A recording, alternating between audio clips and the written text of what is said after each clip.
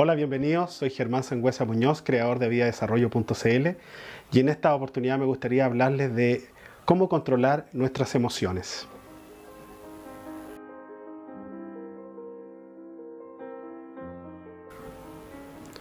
Como lo había dicho anteriormente, controlar las emociones, analizarlas, comprenderlas en lo profundo de nuestro ser, nos va a permitir ser un poco más felices y poder desarrollar interacciones con otros individuos de manera más eficaz. Como lo planteaba en esta cápsula, las emociones forman parte de nuestro aparato psicobiológico.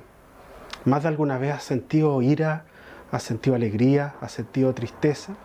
¿De dónde provienen esas sensaciones que el cerebro asimila y las manifiesta en ciertas actitudes concretas? Desde luego, en el ámbito del análisis de nuestras emociones, la ira, la alegría, la tristeza, el miedo, la sorpresa, la satisfacción, forma parte de nuestro diario vivir. ¿Y por qué forma parte de nuestro diario vivir? Porque cada vez que salimos a la universidad, a la escuela, a realizar diversas acciones, actividades diarias, nos encontramos, interactuamos con el medio ambiente y con personas. Y desde esa perspectiva recibimos ciertos estímulos. Esos estímulos del medio ambiente obviamente son captados por nosotros a través de nuestro aparato perceptual, ¿cierto? Si hay una pelea, si hay una situación grata dentro de nuestro medio ambiente, si estás en una conversación amable o en una discusión no muy amable con una persona, empezamos a sentir ciertas cosas, ¿cierto? Y en este mundo y en esta estructura social no siempre debemos actuar de acuerdo a nuestra motivación, a lo que nos va a mover, de acuerdo a lo que sentimos inmediatamente. Si tenemos un problema con nuestro jefe o con un profesor, no podemos ir a golpearlo, ¿cierto? Si estamos discutiendo con una persona, no debiéramos inmediatamente ofenderla. Pero ¿por qué ocurre muchas veces eso? ¿Por qué alguien lleva o llega a golpear a otra persona? ¿Por qué en situaciones de discusión alguien se sale de las casillas, como se dice, y comienzan las descalificaciones, las malas palabras? Probablemente porque no tiene o no ha desarrollado la capacidad de poder analizar y comprender bien que las emociones no se trata de no sentirlas, porque eso es imposible, forma parte de nuestro ámbito psicobiológico. Lo importante es saber controlarlas, sobre todo en unas relaciones sociales hoy día que son complejas, que son dinámicas y que nos debe llevar a una sensación de bienestar. Nosotros somos seres sociales por naturaleza.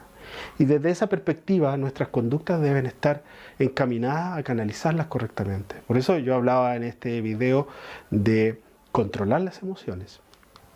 Y en ese sentido la eterna disputa de nuestro cerebro está entre la información que nos da tres ámbitos de cómo se ha estructurado durante millones de años nuestra estructura cerebral. Ese cerebro instintivo que siente la necesidad de comer o siente el temor de una amenaza y corre, ¿cierto? Esa condición de procrear la especie a través de la reproducción está principalmente en nuestro cerebro instintivo. Desde luego, en la lógica gregaria, en la lógica de la interacción, aparece la interfaz de nuestro cerebro emotivo. Comenzamos a sentir cosas, tristeza, melancolía, alegría, euforia, ¿cierto? Y hoy día, en la sociedad moderna, en el desarrollo de estas interacciones que son complejas, desde luego que aparece nuestra necesidad de controlar nuestras emociones a través del cerebro intelectual. Les voy a dar un ejemplo que a lo mejor los puede representar a ciertas mujeres, a ciertos hombres.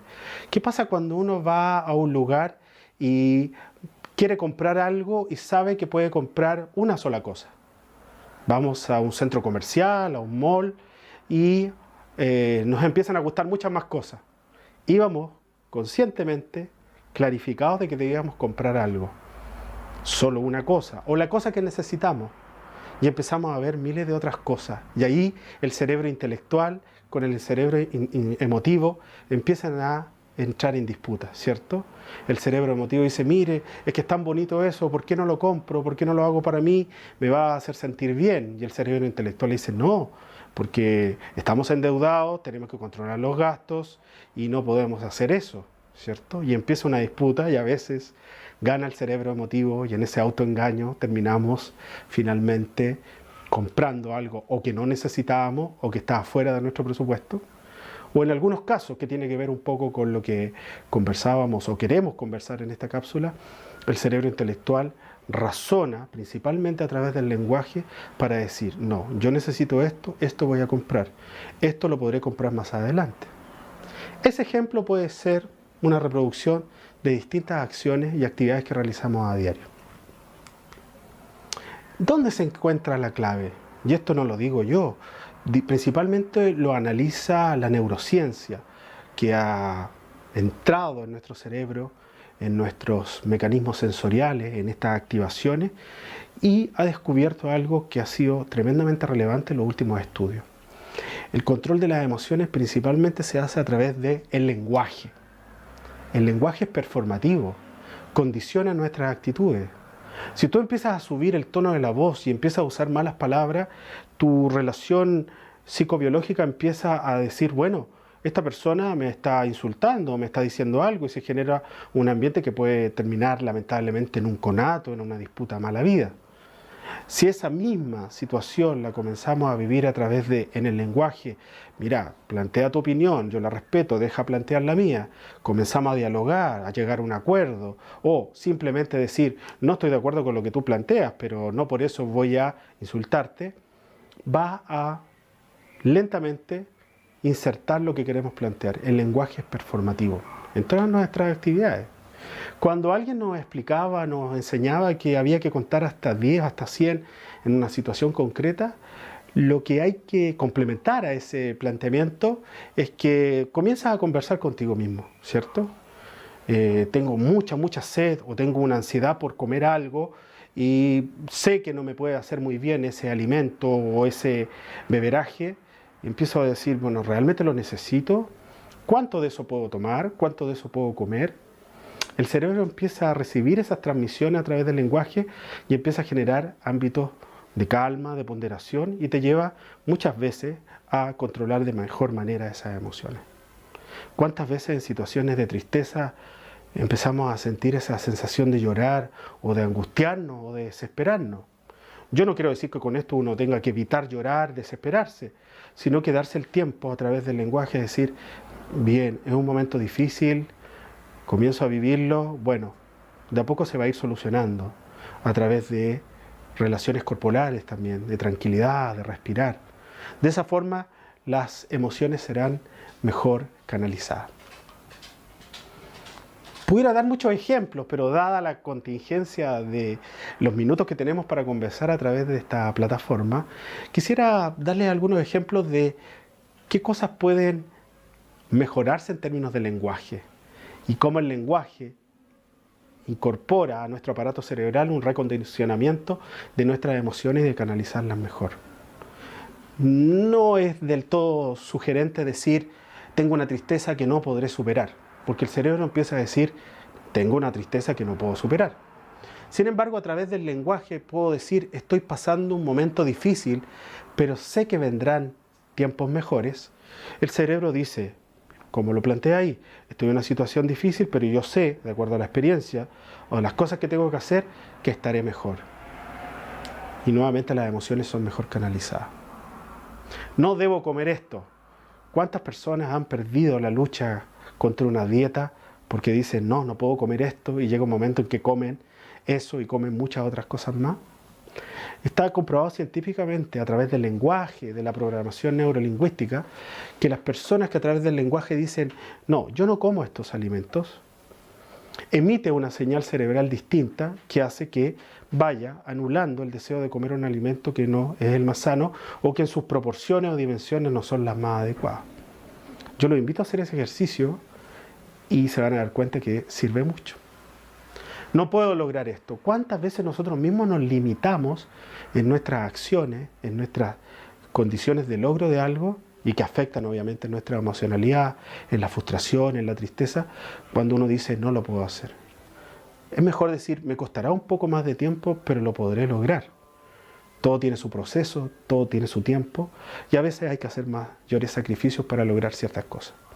Desde luego, si hay cosas que definitivamente no las puedo lograr porque me sobrepasan, lo tomo con tranquilidad y digo, bueno, en este momento o definitivamente no lo abordaré, pero tampoco con eso se me va la vida, ¿cierto? Y el último ejemplo, no soporto a esta persona. ¿Cuántas veces en esta interacción, en el colegio, en la universidad, en el instituto, en nuestros trabajos, en nuestras relaciones con nuestros vecinos, no siempre a uno le puede caer bien a todos y en lo personal tampoco, ¿cierto? Pero respetando a esa persona, respetando la integralidad de esa persona, uno podría decir, mire, no es el tipo de persona con la que quisiera relacionarme. Hay un ámbito de tomar una decisión yo personal que involucra acciones, actitudes, pero por otro lado respetar a la persona porque yo tampoco soy el dueño de la verdad de cómo debiera comportarse. Desde esa perspectiva, en términos de lenguaje, si ustedes van analizando y ejecutando aquellas cosas que hemos conversado, recuerden que se van a empezar a sentir mejor. Yo lo he vivido personalmente, he visto a muchas personas cercanas que lo han hecho y tal como lo planteé, en los estudios de la neurociencia, en la programación neurolingüística, el lenguaje es performativo de nuestro cerebro. Para finalizar este video me gustaría compartir con ustedes algunas frases que video tras video quisiera analizar con ustedes cuando exista la oportunidad. Ray Bradbury, un importante escritor norteamericano, decía: tienes que saber cómo aceptar el rechazo y cómo rechazar la aceptación. Claramente, esa frase determina también la forma en que analizamos nuestras emociones. ¿Cuántos de nosotros alguna vez o permanentemente nos sentimos angustiados frente a una frustración, frente al rechazo de alguien? O lo contrario, en ciertas condiciones. En ese sentido, evidentemente, tenemos que despejarnos, tener mayor tranquilidad y respetar que muchas veces otras personas no van a sentir lo mismo por nosotros o no van a comprender nuestra propia esencia. Y hay una frase que me gusta mucho, yo admiro mucho a Albert Einstein, un científico alemán norteamericano, premio Nobel de Física, que dice: hay una fuerza motriz más poderosa que el vapor, la electricidad y la energía atómica. Es la voluntad. Muchas veces nuestras emociones nos juegan en contra, como decíamos en el diálogo anterior. No voy a lograr esto. La experiencia me ha indicado que para lograr gran parte de nuestros objetivos no se necesita tanta inteligencia, porque la inteligencia en general, tenemos toda una inteligencia bastante normal, pero las personas que han logrado sus objetivos principalmente lo han hecho a través de perseverancia y de voluntad. Eso está demostrado en todo el desarrollo de la historia universal. Con este planteamiento quisiera terminar este video invitándolos a que sigan revisando la página www.vidayDesarrollo.cl y que puedan ver el canal de YouTube Vida y Desarrollo, y también podrán encontrar esta cápsula en mi cuenta personal de YouTube, Germán Sangüesa. Los saludo cordialmente y espero seguir conversando con ustedes.